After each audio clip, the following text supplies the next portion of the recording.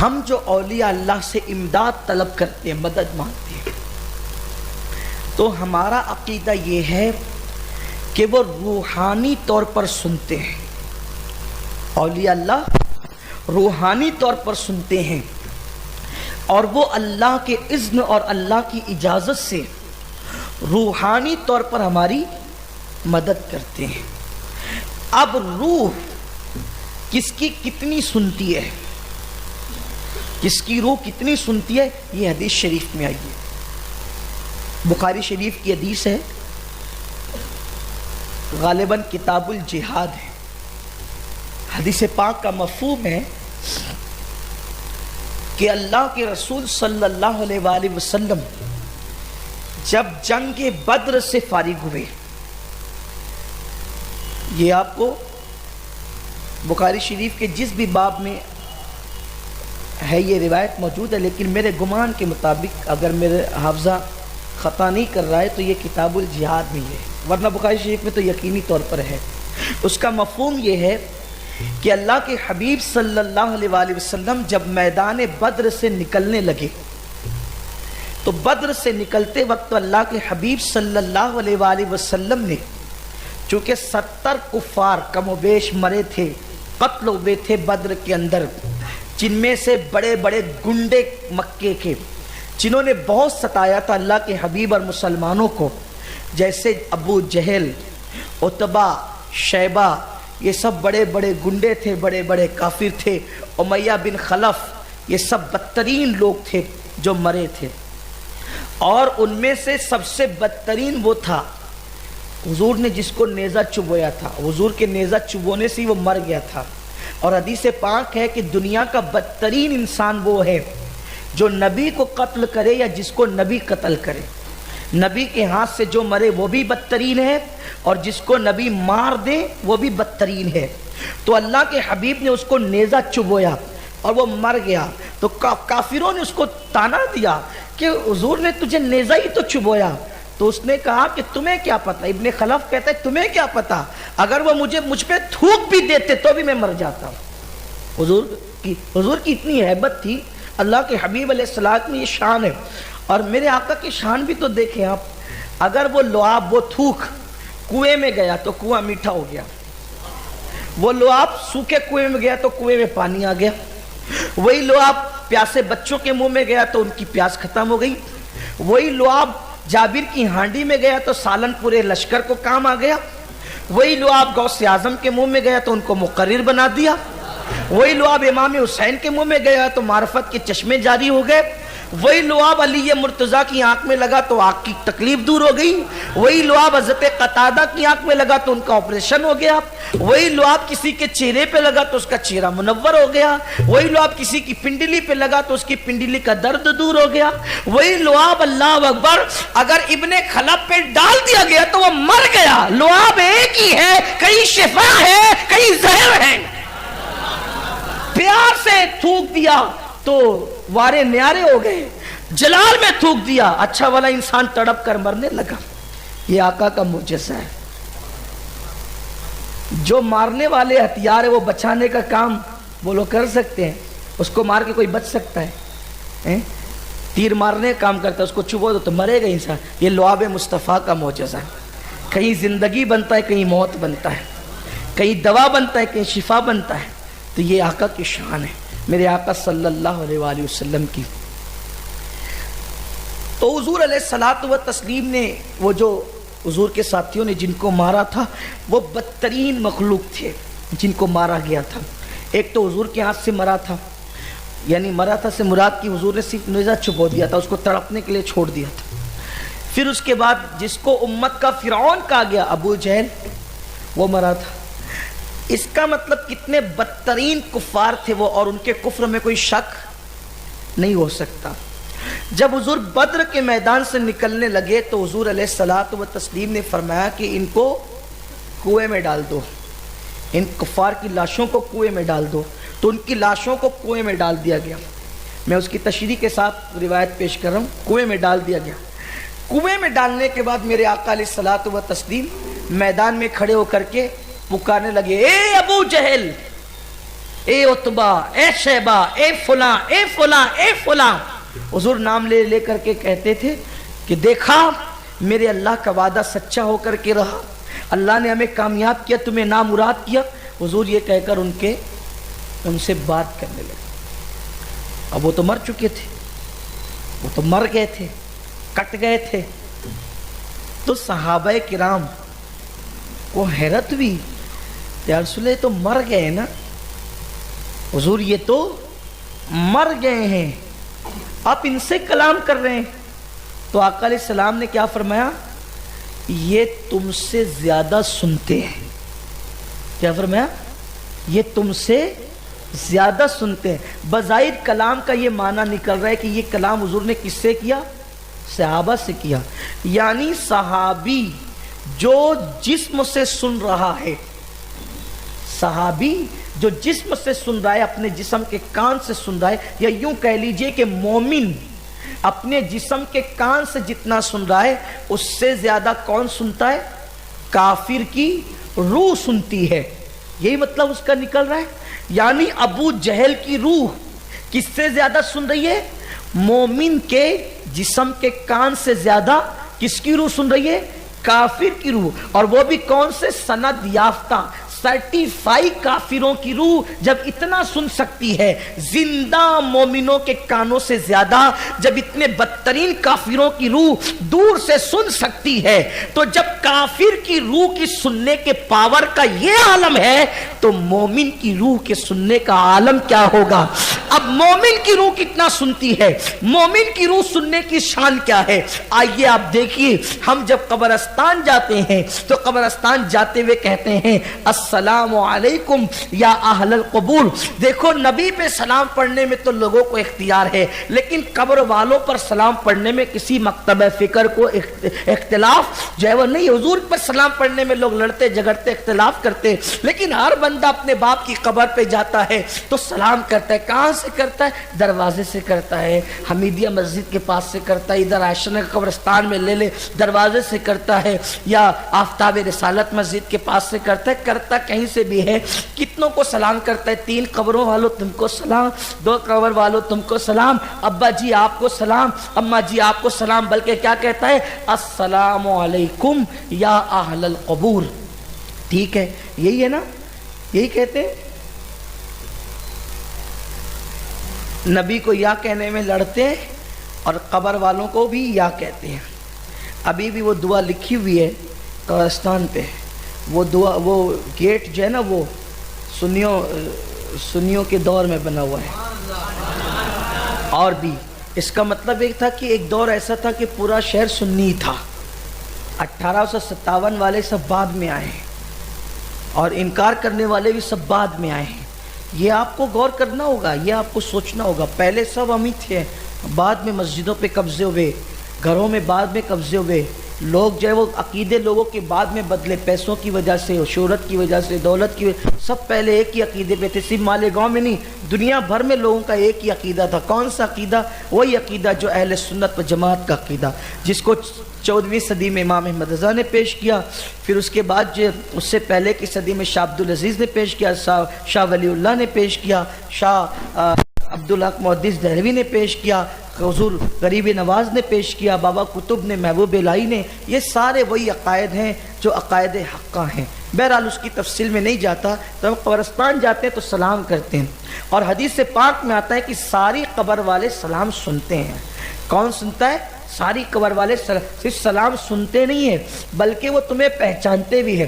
صرف پہچانتے نہیں ہیں بلکہ تمہارے قدموں کی آہٹ کو، تمہارے چپل کی آواز کو بھی وہ سنتے ہیں، اور جتنی دیر تک تم قبروں کے قریب بیٹھتے ہو ان کا دل بہلتا ہے، وہ تم سے خوش ہوتے ہیں۔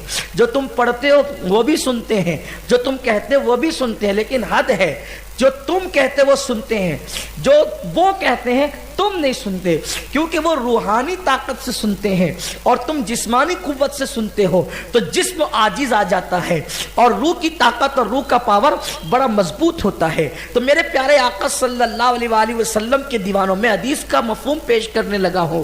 یعنی آقا فرماتے ہیں کہ تم بیٹھتے ہو وہ دیکھ رہے ہیں، تمہارے قدموں کی آہٹ وہ سن رہے ہیں، یہ سب ہوتا ہے۔ سننے والوں میں کون ہے؟ جو رات رات بھر جو ہے نا پی کر کے پڑا رہتا تھا وہ بھی سنتا ہے، صرف اس کی شان اتنی ہے کہ وہ کلمہ پڑھنے والا تھا، مسلمان تھا۔ بھئی جب کافر سنتا ہے تو یہ تو بہرحال شرابی تھا لیکن مسلمان تھا، جمعہ تک نہیں پڑھتا تھا، دادا جی جمعہ تک نہیں پڑھتا تھا لیکن وہ بھی سنتا ہے، لیکن تھا وہ مسلمان، کافر تو ہم اس کو نہیں کہتے، تھا مسلمان۔ پھر اس کے بعد گالیاں بھی دیتا تھا لیکن وہ بھی سن رہا ہے، سلام بھی سن رہا ہے اور جواب بھی دے رہا ہے۔ آپ نمازی ہو کر بھی نہیں سن رہے کیونکہ آپ جسم کے کان سے سن رہے ہیں، وہ روح کے کان سے سن رہا ہے۔ اب آپ مجھے بتائیں کہ جب مسلمان اور مومن کی روح اتنا سنتی ہے، پہچانتی ہے، وغیرہ وغیرہ سب کرتی ہے، تو اس کا مطلب یہ ہے کہ جب کافر کی روح اتنا سن رہی، حضور کہتے ہیں تم سے زیادہ، تو مومن کی روح تو اس سے زیادہ سنتی ہے کیونکہ اس کے پاس ایمانی قوت ہے، اس سے زیادہ سنتی ہے، جواب بھی دیتی ہے۔ اب بتاؤ جب عام مومن مسلمان کی روح اتنا سنتی ہے، عام مومن مسلمان کی روح اتنا سنتی ہے، تو ولی کی روح کتنا سنتی ہوگی اور کتنا زیادہ سنتی ہوگی، اس کے سننے کے پاور کا عالم کیا ہوگا، کیونکہ مومن سے بڑا مرتبہ ایک اللہ کے ولی کا ہے۔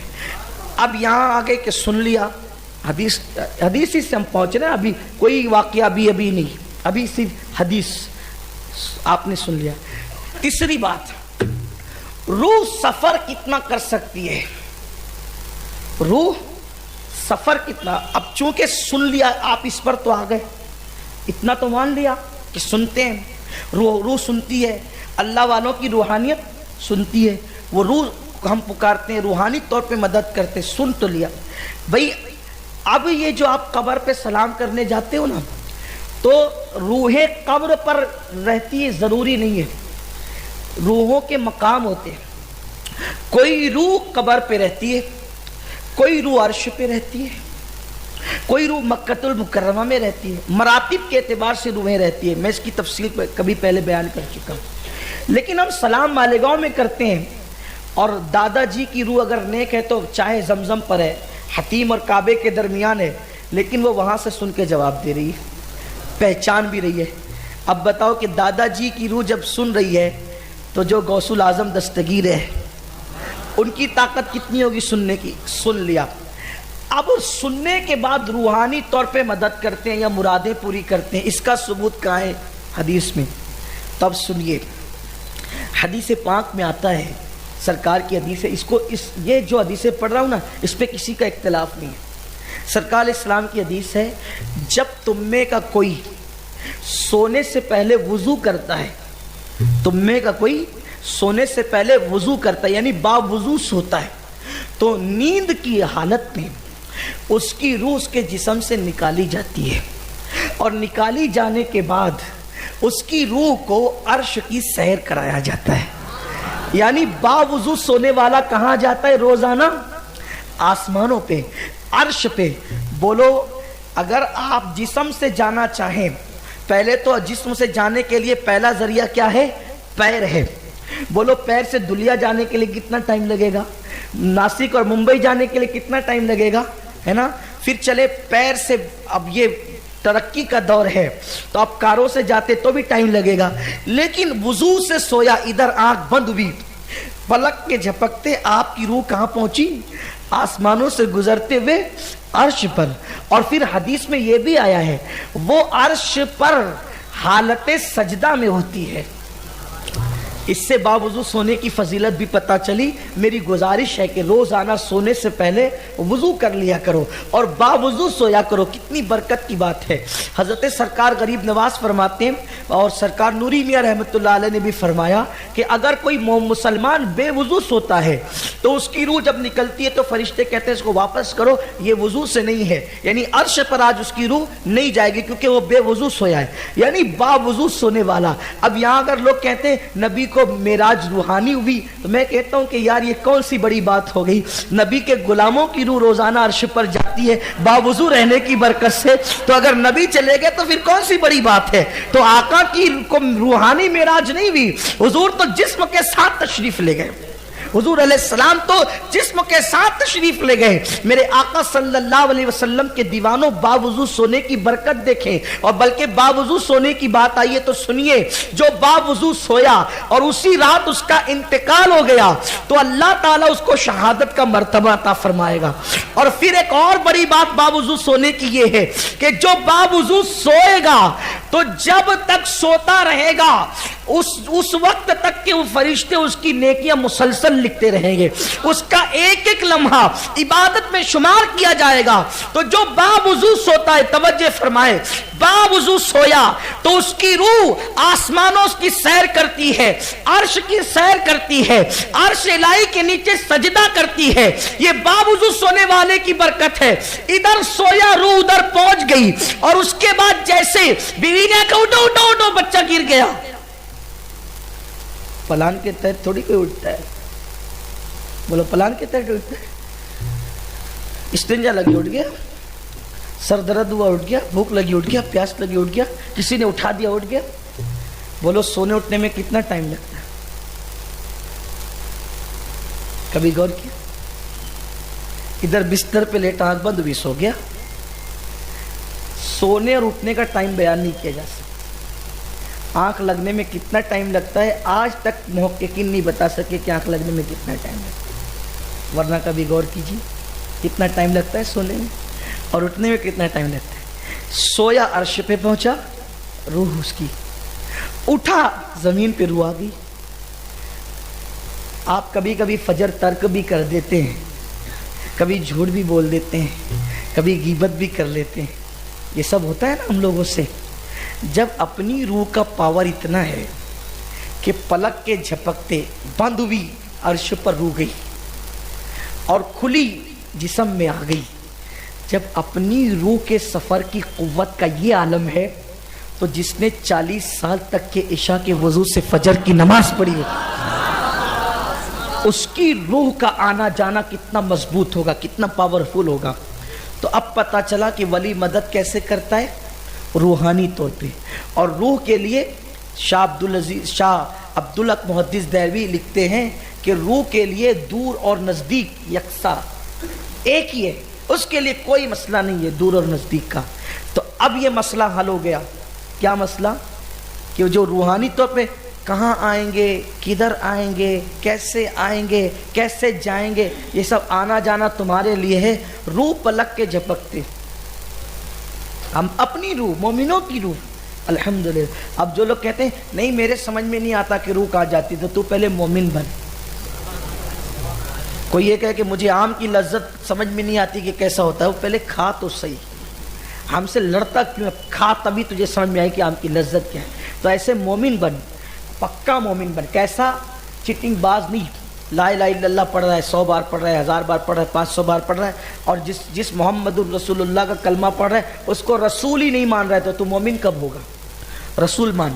تو کہا کہ رسول میں نے کیوں نہیں مانا؟ کہا کہ رسول جو ہوتا ہے وہ پہلی بات تو اللہ کی طرف سے آتا ہے، پھر جو اللہ کی طرف سے آتا ہے وہ اللہ کا وزیر بن کے آتا ہے، اور جو ہمارے رسول آئے تو وہ وزیر اعظم بن کر تشریف لائے، اللہ کے نائب بن کر تشریف لائے، اللہ کے خلیفہ اعظم بن کے تشریف لائے۔ اللہ نے انہیں علم غیب دیا، اللہ نے انہیں طاقت دیا، انہیں قوت دیا، انہیں عزت دی، انہیں شان دی، انہیں شوکت دیا، سب کو معجزے دے کر بھیجے، ان کو معجزہ بنا کر بھیجا، سب کو شانیں دے کر بھیجی، ان کو شان بنا کر بھیجا۔ حضور شان بن کر تشریف لائے، اور حضور اپنی شان بن کر نہیں، حضور اللہ کی شان بن کر تشریف لائے، حضور اللہ کی شان بن کر۔ سب جو ہے وہ صفات کے مظہر بن کر آئے تھے، حضور ذات کے مظہر بن کر تشریف لائے۔ تو حضور کو ایسا مانو تب مومن ہوں گے نا۔ امام نے بہت آسان بات کی ہے، مومن کی شان بیان کی۔ کیا کہتے تھے؟ مومن وہ ہے جو ان کی عزت پہ مرے دل سے۔ مومن کی پہچان کیا ہے؟ کہ وہ اپنا سب کچھ ان کی عزت پہ قربان کر دیتا ہے، مر جاتا ہے حضور کی عزت پر، حضور کے قدموں پہ مر جاتا ہے۔ وہ سب سے زیادہ اللہ کے نبی کو چاہتا ہے، کیونکہ ان سے جو ملا ہے، جو ملا ہے سب انہی سے ملا ہے، حتیٰ کہ خدا کا پتہ بھی اسی رسول سے ملا ہے۔ اس لیے ہمیں جتنا احسان ہمارے نبی نے ہم پر کیا ہے اتنا احسان روئے زمین پر کسی نے نہیں کیا ہے۔ انسانوں میں سب سے زیادہ احسان، یا اللہ کی مخلوق میں سب سے زیادہ اگر کسی کا ہم پر احسان ہے تو وہ آمنہ کے لال کا ہے۔ تو جس کے بیٹے کا اتنا احسان ہو، اس کی ماں کو تو کافر کہتا ہے، ان کے والد کو تو کافر کہتا ہے، تیری زبان خشک نہیں ہوتی؟ تو ان کے بارے میں آرٹیکل لکھتا ہے کہ ان کو علم غیب نہیں، ان کو دیوار کے پیچھے کی خبر نہیں، وہ یہ نہیں کر سکتے، وہ نہیں کر سکتے، وہ نہیں کر سکتے۔ کیسا کلمہ پڑھا ہے تو نے؟ ایسی باتیں مت کر، کوئی سنے گا تو کیا کہے گا؟ ایسی باتیں مت کر، لوگوں کو حیرت ہوگی اس پر کہ تو نے کلمہ جس کا پڑھا ہے، یار تو مولوی کی عظمتوں کو مانتا ہے، مولا کی عظمت کو نہیں مانتا۔ تو اپنے مولوی کو بحر العلوم کہتا ہے اور نبی کو کہتا ہے علم نہیں، معلم کائنات کو کہتا ہے علم نہیں، اور اپنے مدرسے کے مولوی کو بحر العلوم کہتا ہے۔ بحر العلوم مطلب علم کا سمندر، علم کا سمندر، 4 مسئلے یاد کر کے علم کا سمندر، اور عالم ما کان و ما یکون کے بارے میں کہ ان کو کچھ نہیں آتا۔ لوگ کہتے ہیں یار اپنی بات کرو، میں نے کہا یہ بھی اپنی ہی بات ہے میرے بھائی، ورنہ تمہارے عقیدوں کی اصلاح کب ہوگی؟ تمہارا ایمان کب بچے گا؟ تمہارا عقیدہ کب بچے گا؟ تمہیں کسی ایک طرف اختیار رخ کرنا پڑے گا، جو رسول پاک علیہ السلام کی بیعت کرے، چاہے کوئی کرے۔ شکل مت دیکھو، صورت مت دیکھو، حسب نسب مت دیکھو، علاقہ مت دیکھو، خطہ مت دیکھو، مدرسہ مت دیکھو، مسجد مت دیکھو، ہم رسول اللہ کو دیکھتے ہیں۔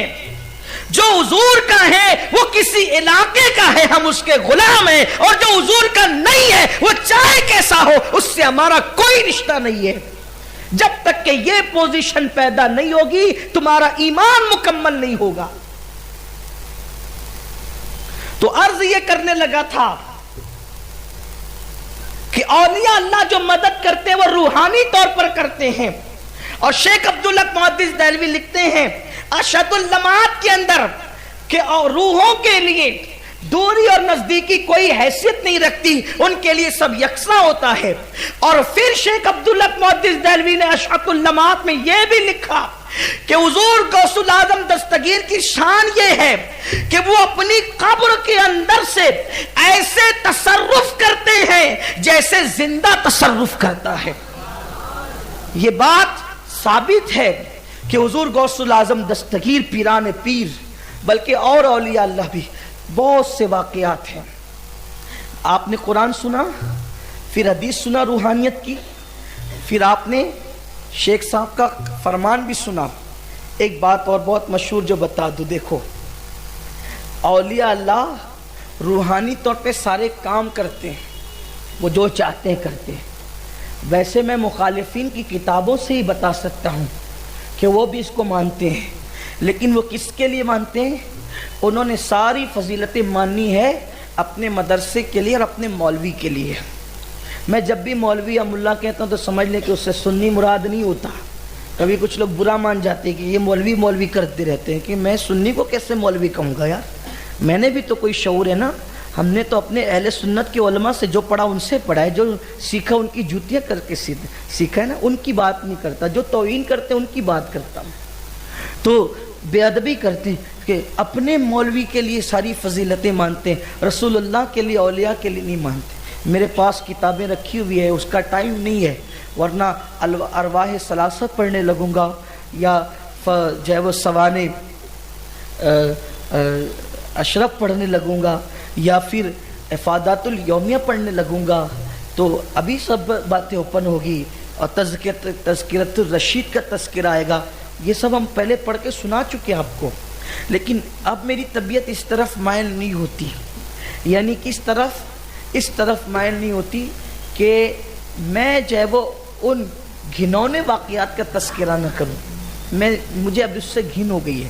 ہاں البتہ بد مذہب کے رد کو میں ابھی بھی فرض اعظم جانتا ہوں اور کرتا بھی، اور انشاءاللہ تا دم آخر کرتا رہوں گا۔ یہ عظیم عبادت ہے ہمارے نزدیک، کیونکہ لوگوں کو بچانا ہے، ورنہ پھر خدمت ہی کیا ہے، پھر اصل دین ہی کیا ہے۔ اصل جھگڑا تو یہی تھا نا مکے والوں سے کہ آپ لا الہ کہنا چھوڑ دیں، الا اللہ کہتے رہیں۔ آپ کیا کہنا چھوڑ دیں؟ لا الہ کہنا چھوڑ دیں۔ جھگڑا اسی پہ تھا، اللہ معبود ہے، آپ یہ کہیں کوئی معبود نہیں سوائے اللہ کے، یہ نہیں کہیں۔ اسلام کی بنیاد ہی یہی ہے۔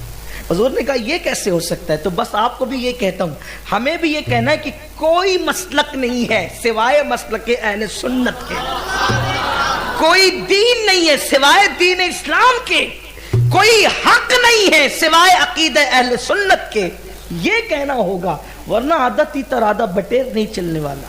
اس سے آپ کا ایمان کو خطرہ ہے، ہر گھڑی خطرہ ہے، ہر لمحہ خطرہ ہے، ہر ساعت خطرہ ہے۔ کبھی کبھی لوگ کہتے ہیں اچھا نہیں لگتا، آپ کی روح بیمار اس لیے اچھا نہیں لگتا، ورنہ حق اگرچہ کڑوا ہو لیکن شفا بخش ہوتا ہے، آپ کی نسلوں میں اس کو منتقل کرنا ہوگا ورنہ ایمان بچانا مشکل ہو جائے گا۔ تو سرکار غوث العظم دستگیر روحانی طور پہ مدد کرتے ہیں، اولیاء روحانی طور پہ مدد کرتے ہیں، یہ ہم نے آپ کے سامنے حدیث پیش کر دی۔ اب واقعات کی طرف آئیے۔ اولیاء اللہ بہت سے کام کر سکتے ہیں، کبھی وہ نظر بھی آتے ہیں، دیدار بھی ہوا ہے، ہونے والوں کو دیدار بھی ہوا ہے، عالم بیداری میں دیکھنے والوں نے دیکھو، بہت سے لوگوں نے دیکھا ہے، اللہ والوں کو دیکھا ہے۔ پھر وہ امداد کرتے ہوئے بھی نظر آتے ہیں روحانی طور پہ۔ روح تو کبھی کبھی جو ہے وہ لبادہ اوڑھ کر کے روح آتی ہے نا، دکھتی بھی ہے، نظر بھی آ سکتی ہے، جسم میں متمثل ہو کر کے وہ نظر آتی ہے۔ تو اہل سنت و جماعت میں بہت سارے اسلاف ہمارے ایسے گزرے۔ سرکار صابر پاک کو لے لیں، سرکار صابر پاک کو لے لیں کہ اپنا جنازہ آپ نے خود پڑھایا، اپنا جنازہ آپ نے خود پڑھایا۔ اور جنازہ پڑھانا کس کا کام ہے؟ زندوں کا کام ہے، مردے کا کام تو نہیں ہے، لیکن صابر پاک میں پڑھایا نا جنازہ، اور نقاب ڈال کر کے آئے، اور جب نقاب الٹا تو دیکھا کہ صابر پاک تھے۔ پھر ایک اور کرامت ہے اپنا جنازہ خود پڑھانے کی، ایک ہے حضرت خواجہ باقی باللہ، یہ خواجہ باقی باللہ نے بھی اپنا جنازہ خود پڑھا۔ یہ خواجہ باقی باللہ کون ہے؟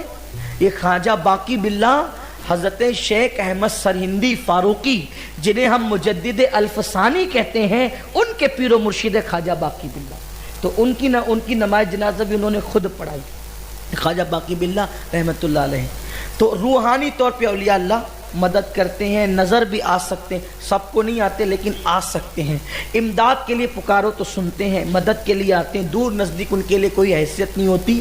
اب یہ جس کے میں نے نام لیے، صابر پاک لے لیں، محبوب الہی لے لیں، بلکہ آئیے آپ کو یہ بتاؤں کہ اولیاء اللہ اپنی مرضی سے ہی دنیا سے جاتے ہیں، اور وہ صرف کائنات بدلتے ہیں، مر کر فنا نہیں ہو جاتے۔ ایک واقعہ مجھے یہاں یاد آتا ہے، بہت بڑی تصوف کی کتاب میں لکھا ہے، اس کتاب کا نام اس وقت ذہن میں نہیں آ رہا ہے، کہ ایک بار ایسا ہوا کہ ایک پیر صاحب تھے، اور ان کی ایک پکی مریدہ تھی، بڑھیا بڑھاپے میں پہنچ گئی تھی، بڑی پکی مریدہ تھی پیر صاحب کی۔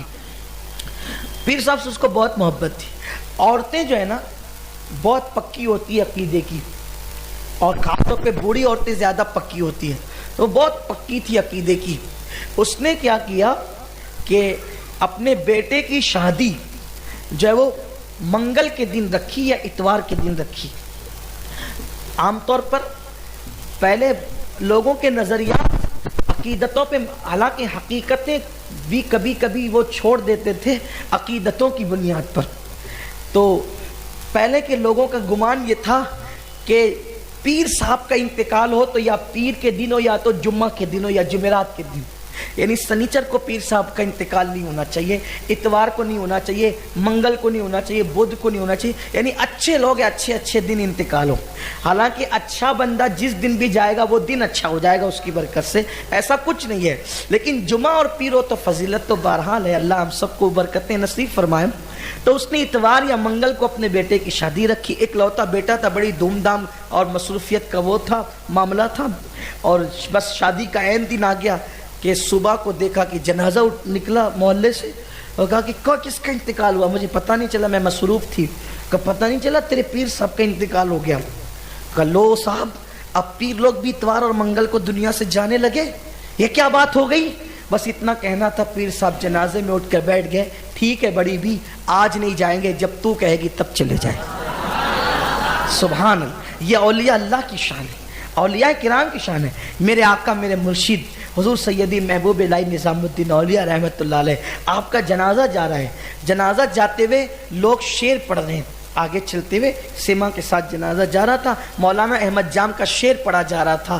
شعر یہ تھا کہ حضرت مولانا احمد جام کا، کہ بہت پیارا سا شعر ہے، اس میں بڑی لذت بھی ہے، کہتے ہیں اے تماشا گاہ عالم روئے تو، اے تماشا گاہ عالم روئے تو کجا بہرے تماشا می روی. کہتے ہیں کہ تیرا چہرہ اتنا خوبصورت ہے کہ ساری دنیا تو تیری زیارت کے لیے آتی ہے. تیرا روئے منور اتنا حسین و جمیل خوبصورت ہے کہ ساری دنیا تو تیرے دیدار کے لیے آتی ہے. ارے تو کس کے دیدار کے لیے جا رہا ہے؟ بس یہ شعر پڑھنا تھا. محبوب صاحب جنازے میں اٹھ کر بیٹھ گئے. نمی رفتم میں نہیں جاتا، میں نہیں جاتا.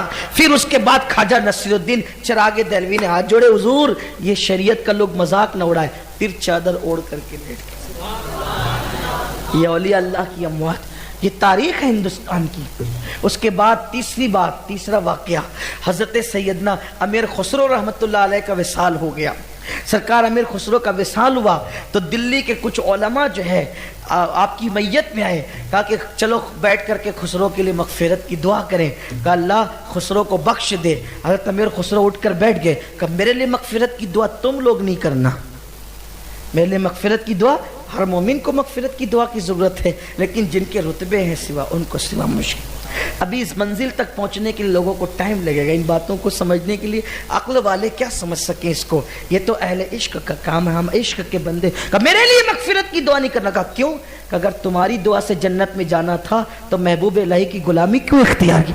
میرا مرشد میرے لیے کافی ہے، میرا پیر میرے لیے کافی ہے. اور اس کے بعد پھر آپ لیٹ گئے. تو پتہ چلا کہ اولیاء اللہ کی اموات یہ ہوتی ہے. بڑا پیارا سا وہ شعر ہے کہ میرے جنازے پہ رونے والوں فریب میں ہو بغور دیکھو، مرا نہیں ہوں غم نبی میں لباس ہستی بدل لیا ہے. تو سرکار اب یہ اولیاء اللہ کی بات ہے. ہر ولی شان والا ہے، بڑے بڑے مرتبے. لیکن جب ان اولیاء کی یہ شان ہے تو جن کے ہاتھوں سے ان کو ولایت ملی ہے، جس کے ہاتھ سے ولایت تقسیم ہوتی ہے، جس کے در سے ولایت بڑھتی ہے، اس میرے مرشد غوث پاک کی شان کا عالم کیا ہوگا. وہ کیسے مدد کرتے ہیں. اچھا ایک خاص بات، اولیاء اللہ سے جس نے بھی دل لگا لیا وہاں کچھ نہیں دیکھا جاتا. وہاں کیا دیکھا جاتا ہے؟ دل. یہ جو ڈاما ڈول لوگ ہیں نا، یہ کہیں کامیاب نہیں ہے. شک و شبے والے. بہت اچھا شعر ہے حضور شیخ الاسلام کا کہ یقین والے کہاں سے چلے کہاں پہنچے، یقین والے کہاں سے چلے کہاں پہنچے، جو اہل شک ہیں اگر میں مگر میں رہتے ہیں. جو اہل شک ہیں، دیکھو کہیں بھی جاؤ یقین پیدا کرو، اور یقین ہی نجات کا ذریعہ ہے، ایمان ہی نجات کا ذریعہ ہے. بھروسہ، یقین جس کا جتنا پختہ ہوگا. کبھی کبھی ایک بات بتاؤں، اہل علم پیچھے رہ جاتے ہیں اور اہل یقین آگے بڑھ جاتے ہیں. اہل علم اس لیے کہ ضروری نہیں ہے کہ جتنا علم ہو اتنا یقین بھی ہو. اہل علم کبھی ایک واقعہ بیان کیا جاتا ہے کہ جمعہ کی نماز میں امام صاحب نے بیان کیا کہ اگر بسم اللہ پڑھ کر دریا پہ قدم رکھ دو تو آپ دریا پار کر لو، دریا آپ کا کچھ نہیں بگاڑ سکتا. تقریر ہو گئی تو اتفاق سے دوران نماز اتنی بارش ہوئی کہ مسجد اور بستی کے درمیان جو دریا تھا اس میں پور آ گیا. جیسی نماز چھٹی تو اب سب کو جانا ہے گھروں پہ، بارش ہو رہی ہے، پور آ گیا ہے. سب لوگ کھڑے ہو گئے. تقریر کرنے والے خطیب صاحب بھی کھڑے تھے. تو بیچارہ ایک جاہل جپٹ، جس کو لوگ کہتے ان پڑھ سن پڑھ، جس کو کچھ آتا جاتا نہیں الف کا بھالا، بس اس نے کہا کیوں بھیڑ لگی ہے؟ کہا دریا میں پور آ گیا صاحب، کیسے جائیں گے؟ کوئی کشتی نہیں ہے، بریج بھی ٹوٹ گیا ہے، کشتی بھی کام نہیں کرتی. ارے پاگلو، امام صاحب کی تقریر نہیں سنی؟ بسم اللہ پڑھ کے دریا قدم گزر جاؤ. بسم اللہ پڑھی، گزر گیا، سب دیکھتے رہ گئے. بسم اللہ پڑھ کے گزر گیا، سب دیکھتے رہ گئے. ایک واقعہ اور بیان کیا جاتا ہے کہ ایک اللہ کے ولی کے پاس، بھئی یہ صرف واقعہ بیان کر رہا ہوں، اس میں فتویٰ نہیں لگانا، یقین کی بات کر رہا ہوں آپ کو، آج یقین مضبوط ہو جائے. ایک بڑھیا گئی، کہا کہ میرے گھر میں مال دولت بہت ہے، میرے گھر میں مال و دولت بہت ہے، تو کوئی ایسا عمل بتا دے پیر جی کہ میں کوئی چوری نہ ہو. جب دیکھتی ہوں نا لوگ آ کے گھر گھر کے میرا مال دیکھ جاتے ہیں, مجھے ڈر لگتا ہے چور آ گیا تو سوتی کیا, جگتی بھی رہوں گی تو نہیں بچا سکوں گی اپنے مال کو. تو کہا کوئی عمل, کہا کہ اللہ کے رسول نے فرمایا بڑی بھی جو آیت الکرسی پڑھ کے سوئے گا اس کے گھر میں چوری نہیں ہوگی. اس نے کہا اچھا آیت الکرسی پڑھیں گے تو چوری نہیں ہوگی. آیت الکرسی کبھی یاد نہیں کی, کبھی سنا نہیں, پہلی بار سنا آیت الکرسی. یاد کرتے کرتے کہ آیت الکرسی آیت الکرسی آیت الکرسی, بس وہ گئی. اب وہ گئے جانے کے بعد وہ گھر میں گئی تو بہت خوش تھی کہ آج تو اپنا کام ہو گیا. بس نیند کا وقت آیا, کہا پیر جی نے کہا ایک بار آیت الکرسی پڑھ لو تو چوری نہیں ہوتی. اس نے کہا مال زیادہ ہے اور عمل آسان ہے, لیٹی تو آیت الکرسی آیت الکرسی آیت الکرسی آیت, جب تک آنکھ نہیں لگی آیت الکرسی کرتی رہی. اتفاق سے اسی رات میں چور آ گئے. چور آئے تو دیکھا کہ دن میں تو بڑھیا کا پورا گھر سامان سے گجگجا رہا تھا اور رات میں بڑھیا کے گھر میں ٹوٹی پھوٹی کرسیاں پڑی ہوئی ہے. کہا یار یہ ٹوٹی کرسی لے جا کے کریں گے کیا. پھر وہ چلے گئے. صبح کو آئے تو دیکھے کہ وہی مال و دولت. پھر اس کے بعد کہا کہ شاید کسی غلط گھر میں چلے گئے تھے اندھیرے میں. پھر بڑھیا نے آیت الکرسی آیت الکرسی آیت الکرسی. پھر رات کو چور آئے تو پھر دیکھا ٹوٹی پھوٹی کرسیاں. پریشان ہے کہ دن میں کرسی جو وہ کرسیاں ٹوٹی پھوٹی نہیں ہوتی, مال و دولت ہوتا, رات میں ٹوٹی پھوٹی کرسیاں. انہوں نے سوچا یہ بڑھیا سے پوچھ لیتے ہیں. تو ان لوگوں نے کیا کیا, چوروں نے لباس بدلا, اسلامی لباس پہنا. حالانکہ چاہیے بڑھیا تیرے گھر میں کوئی جادو تو نہیں ہے. کہا کیا ہوا. کہا دن میں مال و دولت نظر آتا, رات میں ٹوٹی پھوٹی کرسیاں, تو کیا وجہ ہے اس کی. تو کہا پیر جی نے بولا تھا کہ آیت الکرسی پڑھ کے سویا کریں تو اس کی برکت سے چوری نہیں ہوگی. تو ہم روزانہ آیت الکرسی پڑھ کے سوتے ہیں. اس کو کسی نے بتایا تو یہ آیت الکرسی کیا ہے. کہا ہمیں تو کچھ نہیں آتا, بس پیر جی نے کہہ دیا آیت الکرسی آیت الکرسی آیت الکرسی آیت الکرسی پڑھتے سوتے. سبحان اللہ, یہ یقین کی بات ہے. جن کو یقین نہیں ہے پورا قرآن پڑھ کے کچھ نہیں ملتا.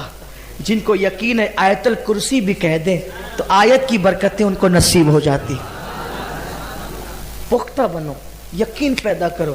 اب یہ ہے کہ یہاں آ کے سنتے ہیں ولی مدد کرتے ہیں, نعرہ لگائے ہاں مدد کرتے ہیں, پھر یوٹیوب پہ جا کے کسی رافضی کو سنتے ہیں, کسی وہابی کو سنتے ہیں, پھر ڈاماڈول لگائے یہ بھی یہ کیا یہ کیا. ایک کب تک, موت کا تو کوئی بھروسہ نہیں ہے, کب تک لٹکتے رہو گے بیچ میں, نہ ادھر نہ ادھر, یہ بیچ میں کب تک لٹکتے رہو گے. کوئی تو فیصلہ کرو, کسی نتیجے پر تو پہنچے. اور نہیں کہیں جاتے تو ایک آسان نسخہ بتاتا ہوں, صرف اتنا دیکھو یار. دیکھو ہر مذہب اور مسلک میں ادب کی تعریف ہے کہ نہیں ہے. ہندو مذہب ہو, سکھ مذہب ہو, عیسائی مذہب ہو, بولو سراحت کس کی جاتی ہے, سراہنا ادب کی. صرف اتنا جان لو کہ 73 فرقوں میں ادب کی بات کہاں ہوتی ہے. آپ سے ایک سوال ہے میرا, ادب کی بات کہاں ہوتی ہے. الحمدللہ چھان لیجئے, تحقیق کر لیجئے, انشاءاللہ ادب کہیں ملے گا, وہ صرف اہل سنت و جماعت میں ملے گا. ہمارے یہاں کتنا ادب ہے. لوگ کہتے ہیں بڑا بھیا نبی کو, اور ہمارا امام جب قلم اٹھاتا ہے تو کہتا ہے سرور کہوں, سرور کہوں کہ مالک و مولا کہوں تجھے. کہہ دیا نہیں کہوں, یعنی سرور کہہ کے بھی دل نہیں بھرتا, مالک و مولا کہہ کے بھی دل نہیں بھرتا, باغ خلیل کا گل و زیبا کہہ کے بھی دل نہیں بھرتا. اس لیے کہ عقیدتیں بے چین کرتی ہے کہ سب کہہ کے بھی دل نہیں بھرتا. تو دل یہ کہتا ہے کہ دنیا کے اندر ایسے الفاظ ہی پیدا نہیں ہوئے کہ محبوب کی شان مکمل بیان کی جا سکے. اسی لیے تو سرکار نظمی کا غالباً شعر ہے, کہتے ہیں الفاظ نہیں ملتے سرکار کو کیا کہیے. الفاظ نہیں ملتے سرکار کو کیا. گل کہوں تو دل نہیں بھرتا, چاند کہوں تو دل نہیں بھرتا, انسان کامل کہوں تو وہ بھی دل نہیں بھرتا. بعد از خدا بزرگ تو ہی قصہ مختصر کہنے والوں نے بات کر دی. اور امام کہتے ہیں کہ ہم تو کہہ کر کے حق ادا ہی نہیں کر سکتے تو اس کے لیے ہم یہ کہتے ہیں کہ بھئی اب چپ ہی ہو جاؤ، کہہ دوں گا تو حسن محدود ہو جائے گا، چپ ہو جاؤ، عاجزی کرو. کہتے کہہ لے گی سب کچھ ان کے ثنا خاں کی خاموشی، چپ ہو رہا یہ کہہ کے میں کیا کیا کہوں. کہنے والوں نے ان کو لوح محفوظ کہا، قلم کہا. ڈاکٹر صاحب کہتے ہیں نا لوح بھی تو، قلم بھی تو، تیرا وجود الکتاب. ان کی شان ہی نرالی ہے. تو بات چل رہی تھی یقین، یقین پیدا کرو.